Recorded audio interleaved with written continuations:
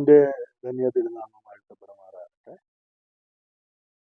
നമുക്ക് ഒരുമിച്ച് ദൈവസന്നിധിയിലായിരിക്കാൻ ഒരു അവസരം കൂടെ ദൈവം കൃപ ചെയ്തല്ലോ.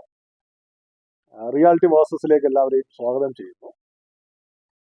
വചനത്തിന്റെ യാഥാർത്ഥ്യങ്ങളും അതിന്റെ അർത്ഥവത്തായ മൂല്യങ്ങളും നാം മനസ്സിലാക്കി നമ്മെ വിളിച്ച വിളിക്കൊത്തവണ്ണം ദൈവരാജ്യത്തിന്റെ മഹത്വത്തിന്റെ മഹിമയ്ക്കായി ദൈവം തെരഞ്ഞെടുത്ത ആ അനുഭവങ്ങളുടെ നടുവിൽ നമുക്ക് വളരെ അടിസ്ഥാനപരമായ പഥ്യ ഉപദേശത്തിൻ്റെതായ മാർഗനിർദ്ദേശങ്ങളും അതിന്റെ അടിത്തറകളും പാകിയെങ്കിൽ മാത്രമേ നാം പ്രത്യാശിക്കുന്ന ആ ഒരു ശുഭഭാവിയിലേക്ക് നമുക്ക് കടപ്പാൻ കഴിയുകയുള്ളൂ എന്നുള്ളത് വാസ്തവമായിട്ടുള്ള കാര്യമാണ്.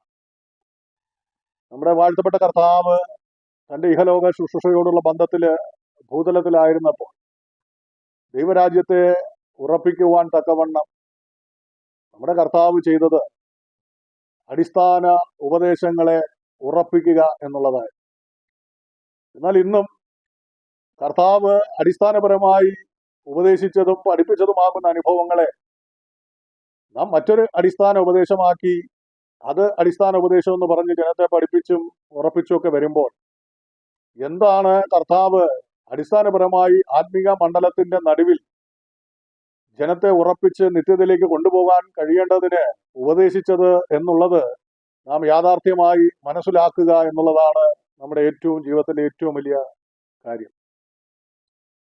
ഇന്ന് നാം ആയിരിക്കുന്ന ആത്മീയ മണ്ഡലങ്ങളിൽ അടിസ്ഥാന ഉപദേശങ്ങൾക്കപ്പുറം പുതിയ അടിസ്ഥാനങ്ങളെ ഇട്ട് ഉറപ്പിച്ച് ആത്മീയ നിലവാരങ്ങൾക്ക് മൂല്യച്യുതികൾ സംഭവിച്ചുകൊണ്ടിരിക്കുമ്പോൾ നാം യാഥാർത്ഥ്യമായി കർത്താവ് ഉപദേശിച്ച ഉപദേശങ്ങളെ മനസ്സിലാക്കണമെങ്കിൽ നമുക്കറിയാം, കർത്താവ് ദൈവരാജ്യത്തെ ഉറപ്പിക്കുവാൻ തക്കവണ്ണം ഈ ഭൂതലത്തിലായിരുന്നപ്പോൾ തന്റെ ശിഷ്യഗണങ്ങളും ദൈവ സാന്നിധ്യം അനുഭവിക്കത്തക്ക നിലവാരത്തില് അല്ലെങ്കിൽ വചനങ്ങളെ ഉപദേശിപ്പിക്കത്തക്ക നിലവാരത്തില് വലിയൊരു പുരുഷാരവുമായിട്ട് മലയുടെ മുകളിൽ കയറിപ്പോകുന്നതായിട്ട് നമുക്ക് കാണുവാൻ കഴിയും.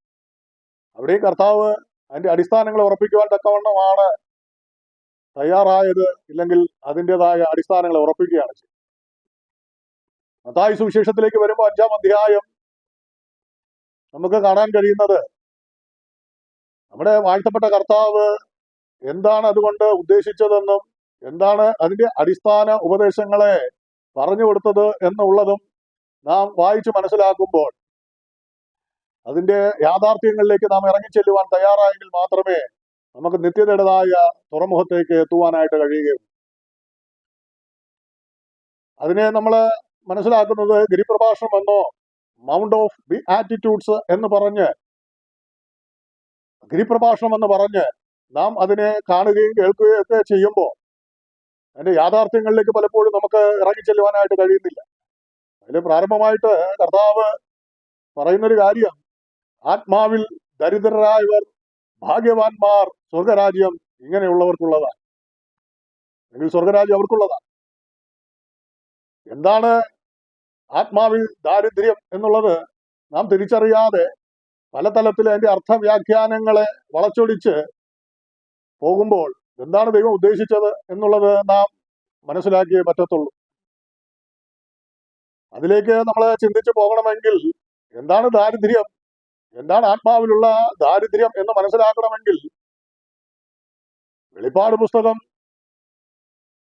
യോഹന്നാനാൽ എഴുതപ്പെട്ട അനുഭവത്തിന്റെ നടുവിൽ അവിടെ വ്യക്തമായി സഭാകാലഘട്ടങ്ങളെ രേഖപ്പെടുത്തിയിരിക്കുമ്പോൾ അവിടെ കാണുന്ന ഒരു ഭാഗമാണ് ലൗദിക്യ സഭ.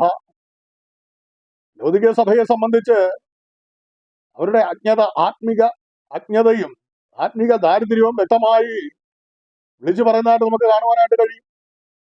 അവർ പറയുകയാണ്, ഞങ്ങൾ ധനവാൻ സമ്പന്നൻ, ഞങ്ങൾക്കൊന്നിനും മുട്ടില്ല എന്ന് നീ പറയുമ്പോൾ കർത്താവ് അതിനെ വ്യക്തമായി പ്രതികരിക്കുന്നത് എങ്ങനെയാണെന്ന് നമുക്കറിയാം.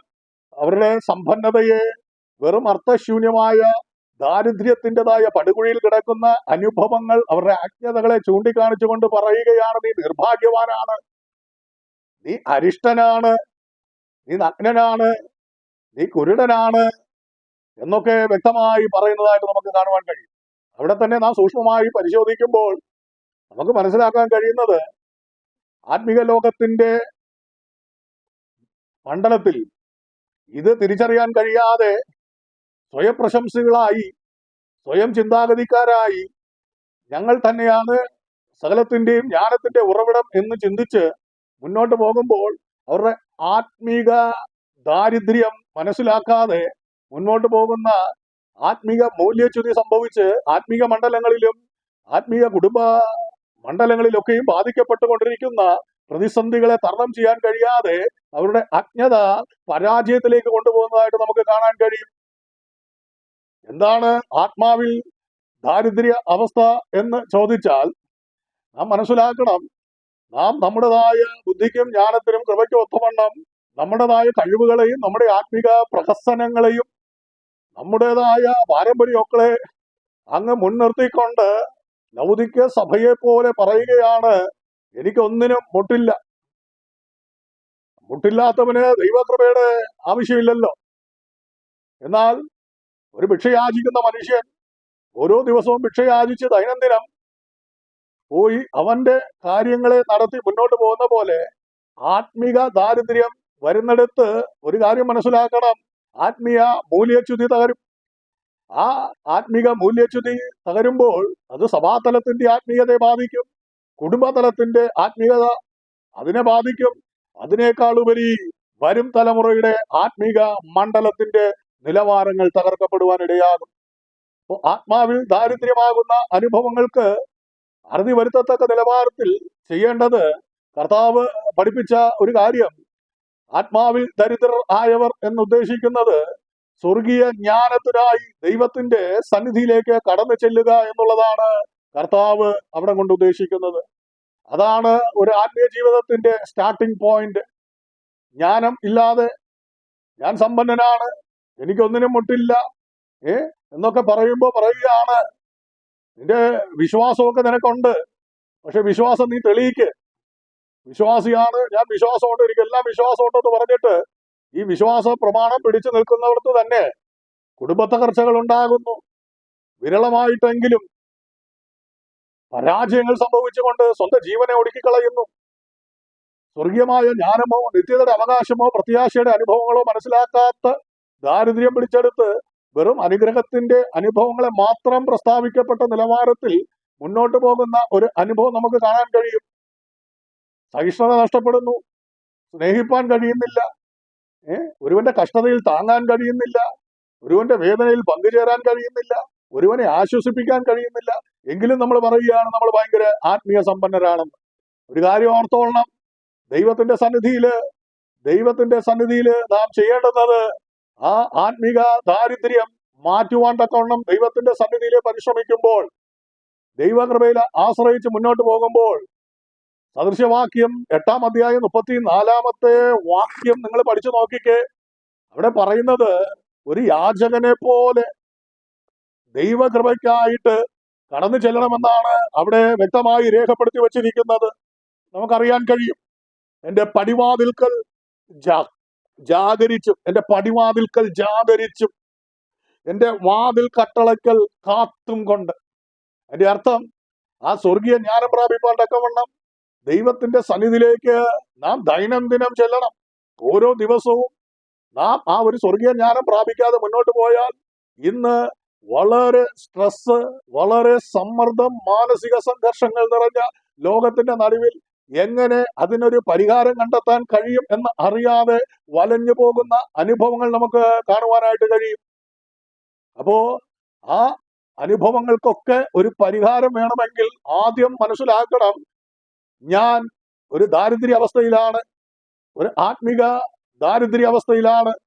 പക്ഷേ ആ ദാരിദ്ര്യം മാറ്റുവാൻ എന്റെ ദൈവത്തിന്റെ പടിവാതിൽക്കൽ ദിനംപ്രതി ഞാൻ കടന്നു ചെന്ന് ആ ജ്ഞാനം പ്രാപിപ്പാൻ തക്കവണ്ണം ഒരു യാചകനെ പോലെ ദൈവത്തിന്റെ സന്നിധിയിൽ ഞാൻ നിന്നാൽ ദൈനംദിനം വരുന്ന പ്രതിസന്ധികളെ തരണം ചെയ്യുവാനുള്ള ആത്മകൃപയുടെ അനുഗ്രഹത്തിന്റെ ജ്ഞാനം നിറഞ്ഞ സ്വർഗീയ ആലോചന നമുക്ക് നൽകപ്പെടുകയും പ്രതിസന്ധികളെ അതിജീവിച്ച് തരണം ചെയ്ത് നമ്മെ വിളിച്ച വിളിക്ക് ഒത്തവണ്ണം ദൈവ സന്നിധിയിൽ അനുഗ്രഹിക്കപ്പെട്ട് മുന്നോട്ട് പോകുവാനായിട്ട് കഴിയും. എന്നെ കേൾക്കുന്ന പ്രിയപ്പെട്ടവരെ, ഇന്ന് നിങ്ങൾ ഏത് വിഷയങ്ങളെയാണ് അഭിമുഖീകരിക്കുന്നത്, അവിടെ പരാജയമെന്ന് ഒതുങ്ങിക്കൂടുന്നുവെങ്കിൽ നാം മനസ്സിലാക്കണം, നമ്മുടെ അജ്ഞതയാണ് നമ്മുടെ ജീവിതത്തെ തളർത്തിക്കൊണ്ടിരിക്കുന്നത്.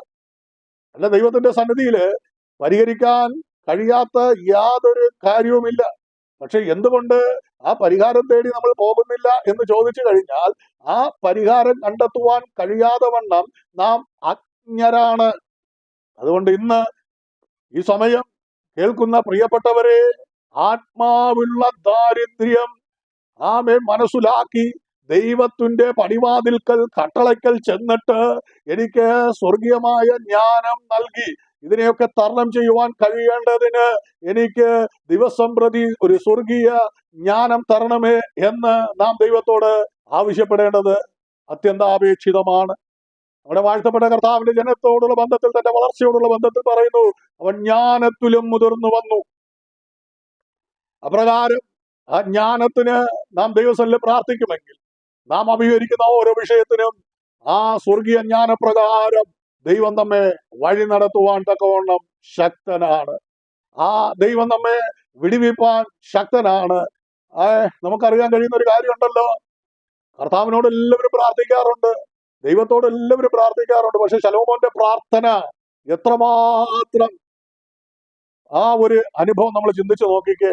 ശലോമോനോട് ദൈവം ചോദിക്കുകയാണ് എന്താ ആവശ്യം എന്ന് ചോദിച്ച സമയത്ത് ശലോമോൻ പറഞ്ഞൊരു കാര്യം, എന്റെ ജനത്തെ നടത്താൻ, എന്റെ ജനത്തെ പരിപാലിപ്പാൻ എനിക്ക് ജ്ഞാനം നൽകണം. ആ പ്രാർത്ഥന ദൈവസന്നിധിയിൽ നിങ്ങൾ നോക്കണം, തന്റെ ജീവിതത്തെ ഒരു വലിയ അനുഗ്രഹത്തിലേക്കും ദൈവിക പ്രത്യാശയിലേക്കും നടത്തുവാനിടയായി. എന്നെ കേൾക്കുന്ന പ്രിയപ്പെട്ടവരെ, ഈ സമയത്ത് നാം അഭിമുഖീകരിക്കുന്ന വിഷയങ്ങൾക്കെല്ലാം പരിഹാരമുണ്ട്, എല്ലാറ്റിനും പരിഹാരമുണ്ട്. അതിന്റെ ഏറ്റവും അർത്ഥവത്തായ അടിസ്ഥാനപരമായ കാര്യം ജ്ഞാനം ദൈവസന്നിധിയിൽ നിന്ന് പ്രാപിക്കണം. ദൈവവചനം പറയുന്നു, ജ്ഞാനം ഒരുവന് കുറവാണെങ്കിൽ മത്സിക്കാതെ ഔദാര്യമായി കൊടുക്കുന്ന ദൈവത്തോട് ചോദിക്കട്ടെ. ഏത് വിഷയത്തിനും പരിഹാരം തരുവാൻ ദൈവസന്നിധിയിൽ കഴിയും എന്ന് വചനം നമ്മെ പഠിപ്പിക്കുന്നു. അതുകൊണ്ട് കർത്താവ് ഗിരിപ്രഭാഷണം ആരംഭിക്കുമ്പോൾ തന്നെ പറയുന്ന ഒരു കാര്യമാണ്, ആത്മാവിൽ ദരിദ്രരായവർ ഭാഗ്യവാന്മാർ. ഇന്ന് ആ ദാരിദ്ര്യം മാറ്റുവാൻ ദൈവത്തിന്റെ പടിവാതിൽക്കലേക്ക് ചെന്ന ഓരോ ദിവസവും, കാരണം ഇന്ന് അഭിമുഖീകരിക്കുന്ന വിഷയമല്ല നാളെ, നമ്മുടെ കുടുംബതലങ്ങളിൽ അഭിമുഖീകരിക്കുന്ന വിഷയങ്ങൾ, തലമുറകളിൽ അഭിമുഖീകരിക്കുന്ന വിഷയങ്ങൾ, സമൂഹത്തിൽ അഭിമുഖീകരിക്കുന്ന വിഷയങ്ങൾ, എന്തിന് നാം മനസമാധാനത്തോടെ ആരാധിക്കാൻ കടന്ന് ചെല്ലുന്ന ഇടങ്ങളിൽ പോലും കണ്ടുവരുന്ന പ്രവണത ലൗകിക സഭയുടെ കാലഘട്ടങ്ങളെ പോലെ, ആ കാലഘട്ടത്തെ പോലെ വളരെ വേദനാജനകമാകുമ്പോൾ നാം മാനുഷിക മുഖങ്ങളെയോ സാഹചര്യങ്ങളുടേതായ സമ്മർദ്ദങ്ങളെയോ ആത്മീയ മണ്ഡലങ്ങൾക്ക് തകർച്ച വരുത്തുന്ന പ്രതിസന്ധികളെയോ നോക്കിയിരിക്കാനല്ല, പിന്നെ അവിടെ എന്താണ് എൻ്റെ കർത്താവ് നിലപാടെടുത്തത്, എന്താണ് കർത്താവ് അതിനുവേണ്ടി പഠിപ്പിച്ചത്, ആ ഒരു ജ്ഞാനം പ്രാപിപ്പാൻ തക്കവണ്ണം ദൈവത്തിന്റെ സന്നിധിയിലേക്ക് നാം കടന്നു ചെല്ലുമെങ്കിൽ, ഇന്ന് ഈ സമയം നിങ്ങൾ കേട്ടുകൊണ്ടിരിക്കുന്ന ഈ സമയം തന്നെ നിങ്ങളുടെ വിഷയങ്ങൾക്ക് മുൻപിൽ ആ സ്വർഗീയ ജ്ഞാനത്തോടെ മുൻപോട്ട് കാഴ്ചവട് വെക്കാൻ തുടങ്ങുമ്പോൾ, പ്രതിബന്ധങ്ങളെ തകർത്തുടച്ചുകൊണ്ട് പ്രതിസന്ധികളെ നീക്കിക്കൊണ്ട് ദൈവിക വിടുതലുടേതായ മഹത്വത്തിന്റെ മാഹാത്മ്യം പ്രാപിച്ചുകൊണ്ട് പ്രത്യാശയ്ക്ക് ഭംഗം വരുത്തത്തക്ക നിലവാരത്തിൽ നമ്മെ നിരാശയുടെ പടുകുഴിയിലേക്ക് താഴ്ത്തി തകർത്ത് കളഞ്ഞ് നശിപ്പിക്കുവാൻ കൊണ്ട് വെല്ലുവിളിക്കുന്ന പ്രതിബന്ധങ്ങളെ അതിജീവിച്ചുകൊണ്ട് ആ ഒരു ദൈവിക കൃപ പ്രാപിപ്പാൻ കഴിയും. ഇന്ന് മുതൽ നിങ്ങൾക്ക് പറയാൻ പറ്റുമോ, ഞാൻ സ്വർഗീയ ജ്ഞാനം പ്രാപിപ്പാൻ തക്കവണ്ണം അവന്റെ പടിവാതിൽക്കൽ ഞാൻ ജാഗരിക്കും, ദിവസം തോറും ഞാൻ ദൈവത്തിൽ നിന്ന് പ്രാപിച്ച് ദൈവനാമ മഹത്വത്തിന് വേണ്ടി മുന്നോട്ട് പോകുവാൻ ദൈവം എന്നെ ബലപ്പെടുത്തേണ്ടതിന് അവന്റെ കട്ടളയ്ക്കൽ ജാഗരിപ്പാൻ എന്നെ തന്നെ സമർപ്പിക്കുന്നു. ഒരു മനുഷ്യനും എനിക്ക് ആശ്വാസമാകാതിരിക്കുമ്പോൾ, ഒരു വ്യക്തിത്വങ്ങളും എനിക്ക് ആശ്വാസകരമായി തീരാതിരിക്കുമ്പോൾ, ആ സ്വർഗീയ ആലോചനയാൽ എന്നെ നടത്തുന്ന സർവശക്തനായ ദൈവത്തിൽ നിന്ന് ഞാൻ പ്രാപിച്ചുകൊണ്ട് ആ ഗിദെയോനെ പോലെ ഈ ബലത്തോടെ പോക എന്ന് പറഞ്ഞതുപോലെ ഞാൻ പ്രതിബന്ധങ്ങളെ തരണം ചെയ്ത് എന്നോട് കൂടെയുള്ള കർത്താവിന്റെ സാമീപ്യം അനുഭവിച്ച് ആ ഭാഗ്യപദവിയിലേക്ക്, സ്വർഗരാജ്യം ഇങ്ങനെ ഉള്ളവർക്കുള്ളത് എങ്കിൽ സ്വർഗരാജ്യം അവർക്കുള്ളതെന്ന് പറയുന്ന പോലെ ആ ദാരിദ്ര്യ അവസ്ഥ മാറ്റി തരണമേ എന്ന് ഒരു വാക്ക് ദൈവസന്നിധിയിൽ നിങ്ങൾക്ക് പ്രാർത്ഥിക്കാൻ കഴിയുമോ? നിങ്ങൾക്ക് അതിനു വേണ്ടി സമർപ്പിക്കാൻ കഴിയുമോ? ആ സ്വർഗീയ ജ്ഞാനം നിങ്ങളെ ആത്മാവിൽ നിറയ്ക്കും, ദൈവകൃപയുടെ ബലം പകരും, പ്രതിസന്ധികളെ തരണം ചെയ്യും. നിങ്ങളുടെ പ്രത്യാശയ്ക്ക് ഏറ്റിരിക്കുന്ന ഭംഗം വരുത്തുന്ന പ്രതിസന്ധികളെ അതിജീവിച്ചുകൊണ്ട് സ്വർഗീയ അനുഗ്രഹങ്ങൾ പ്രാപിപ്പാൻ കഴിയും. അതുകൊണ്ട് ഇന്ന് പറഞ്ഞാട്ടെ, ഞാന് സമ്പന്നനോ ധനവാനോ എന്നൊക്കെ എനിക്ക് തോന്നാം, പക്ഷെ അല്ല കർത്താവ്, എനിക്ക് അങ്ങയുടെ കൃപ, അങ്ങയുടെ ജ്ഞാനം എനിക്ക് വേണം. ഞാൻ ഇനിയും ജീവിക്കും, ജീവനോടെ ഇരുന്ന് കർത്താവിനെ അന്ത്യത്തോളം സ്തുതിക്കും. ഞാൻ പരാജയമല്ല, കർത്താവിന്റെ കൃപ നിമിത്തം ഞാൻ അനുഗ്രഹിക്കപ്പെടും എന്നുള്ള പ്രത്യാശയോടെ നമുക്ക് ദൈവസന്നിധിയിലായിരിക്കാം. ഈ തിരുവെഴുത്തുകളാൽ ദൈവം നമ്മെ അനുഗ്രഹിക്കുമാറാകട്ടെ.